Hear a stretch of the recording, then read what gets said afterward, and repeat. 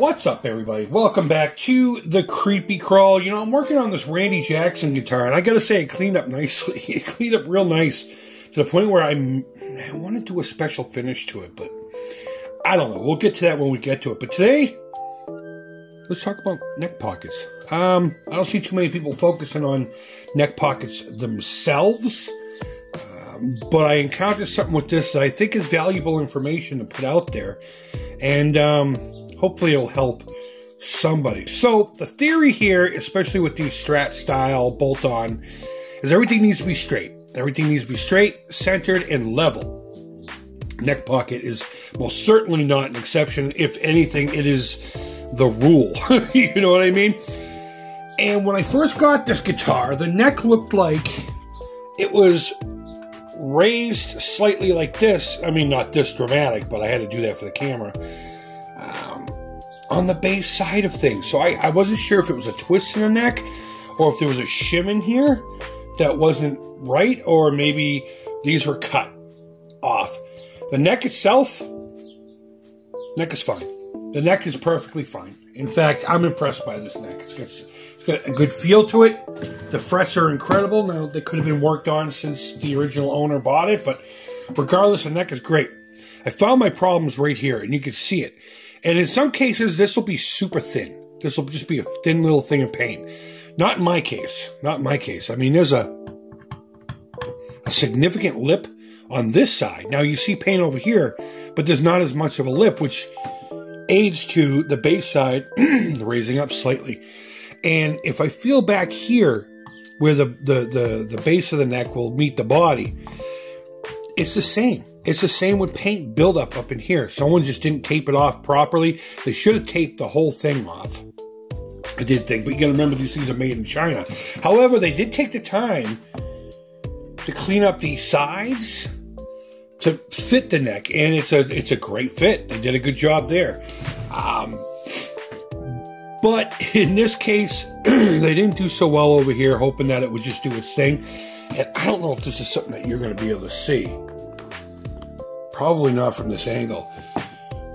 But the bridge was set up to compensate for that. These saddles here are way higher than this one. I mean, considerably higher than this one. I'll try to get a picture and implant it here. So, what we need to do is, first of all, get rid of this crappy bridge. I just happen to have another one that'll work perfect for it.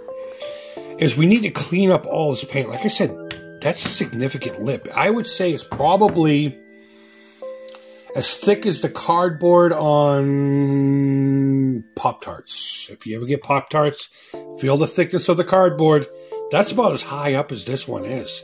This one, not so much. Maybe like a paper. Maybe like a paper. Now, your first instinct would be, you know, look, scrape it off, but you don't want to go this direction because it'll chip all this. So what I'm going to do is I'm going to get a razor blade and I'm going to just gently shave it. Gently shave it. I'm going to take my time. As far as back here, I'm going to have to think about that. I may get my X-Acto blade and just kind of try to score it and chip it out. Because if I chip some of this paint, I'm not worried about the paint in the back here. I'm going to try not to use any sandpaper whatsoever. Again, you want this as level as possible. I don't want to have to put a shim in here if I don't have to. I want direct contact. And there's enough meat here to where the neck holds nicely. I want to clean this up without removing any material aside from the paint and whatever's underneath the paint to the wood, which, by the way, is a nice solid piece of alder. I was surprised by that. And just get that so the neck doesn't raise high on the bass side. And that's really it.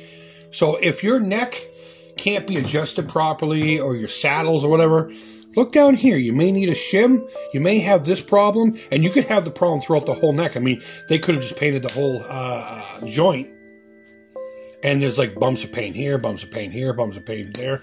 The one thing to keep in mind when doing stuff like this is the slightest, tiniest bit of change here is going to be huge down here.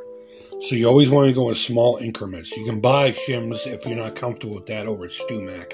A lot of times it's a little piece of sandpaper, and that's what factories will do. A little piece of sandpaper right here will take care of it if you don't have enough angle to set the action properly. So that's it. That's all I wanted to say. Whatever I do, we'll talk about when we actually work on this guitar. We do need to get other guitars going.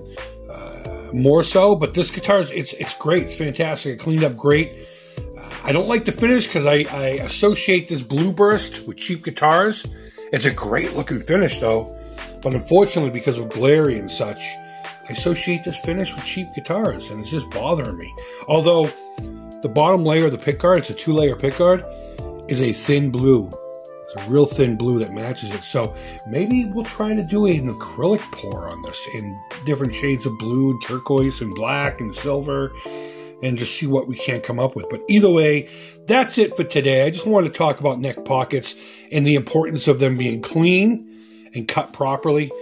If you're having problems with setting up your guitar, look at the neck pocket. And if it's something that you don't feel like you're comfortable enough to adjust, bring it to a repair shop and explain to them what you see.